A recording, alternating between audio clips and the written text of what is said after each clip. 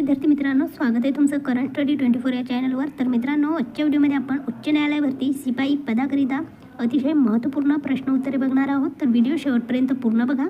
त्याचबरोबर तुम्हाला जर या व्हिडिओची PDF हवी असेल तर कमेंट बॉक्समध्ये टेलिग्राम चॅनलची लिंक दिलेली आहे, तिथे जाऊन तुम्ही PDF डाउनलोड करून घेऊ शकता।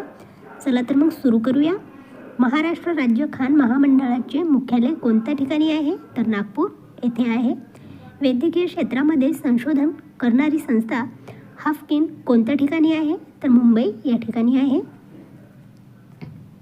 धुळे, नंदुरबार, जळगाव या 3 जिल्ह्यामध्ये कोणती मराठीची बोलीभाषा बोलली जाते? तर अहिराणी ही भाषा बोलली जाते।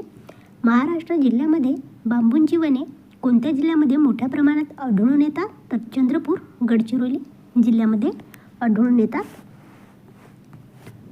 पश्चिम घाटाची निर्मिती कशामुळे झाली आहे? तर प्रस्तरभमुळे पश्चिम घाटाची निर्मिती झालेली आहे। राज्यातील किनारपट्टीच्या कोकण भागामध्ये कोणत्या प्रकारचा पाऊस पडतो?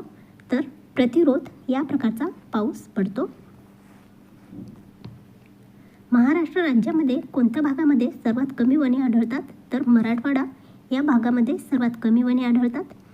महादेव डोंगर रांगेने कोणत्या नदीची खोरी वेगळी झाली आहे? तर कृष्णा व भीमा या नद्यांची खोरी वेगळी झालेली आहे। गाविलगड व नरनाळ हे प्रसिद्ध किल्ले कोणत्या पर्वतावर वसलेले आहे? तर सातपुडा या पर्वतावर वसलेले आहेत। बोरीवली येथील संजय गांधी राष्ट्रीय उद्यान कोणत्या नदीच्या काठी वसले आहे? तर दहिसर या नदीच्या काठी वसलेले आहे। केंद्र शासनाने अतिमहागास म्हणून जाहीर केलेली जमात कातकरी कोणत्या जिल्ह्यामध्ये आढळते? तर रायगड या जिल्ह्यामध्ये आढळते। रोजगार हमी योजना राबवणारे महाराष्ट्र देशामध्ये कितवे राज्य आहे? तर पहिले राज्य आहे। राष्ट्रीय पर्यावरण अभियांत्रिकी संशोधन संस्था कोणत्या शहरामध्ये आहे? तर नागपूर या शहरामध्ये आहे। महाराष्ट्रामधील सर्वाधिक तापमान असलेला जिल्हा कोणता? तर चंद्रपूर हा आहे।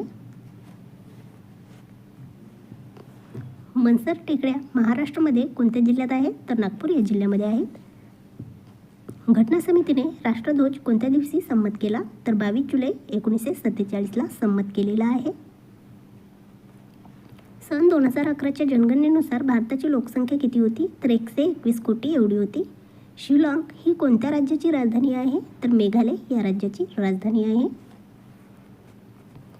मल्याळम कोणत्या राज्याची राज्यभाषा आहे? तर केरळ या राज्याची।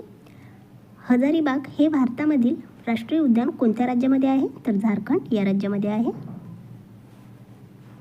ब्रह्मगिरी, कुर्ग, कर्नाटक या ठिकाणी कोणत्या नदीचा उगम होतो? तर कावेरी या नदीचा उगम होतो। सुरत हे भारतामध्ये महत्त्वाचे शहर कोणत्या नदीच्या काठावर आहे? तर तापी या नदीच्या काठावर आहे। मयूराक्षी हा जलविद्युत प्रकल्प कोणत्या राज्यामध्ये आहे? तर पश्चिम बंगालमध्ये आहे। काकरापारा अणुविद्युत प्रकल्प कोणत्या राज्यामध्ये आहे? तर गुजरात या राज्यामध्ये आहे।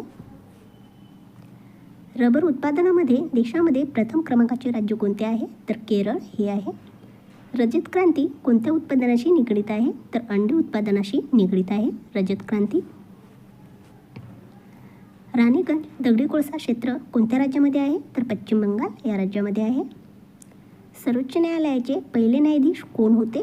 तर हिलालाल कनिया हे सर्वोच्च न्यायालयाचे पहिले न्यायाधीश होते। रवींद्रनाथ टागोर यांना नोबेल पुरस्कार कोणत्या वर्षी प्राप्त झाला होता? तर 1911ला रवींद्रनाथ टागोर यांना नोबेल पुरस्कार प्राप्त झाला होता।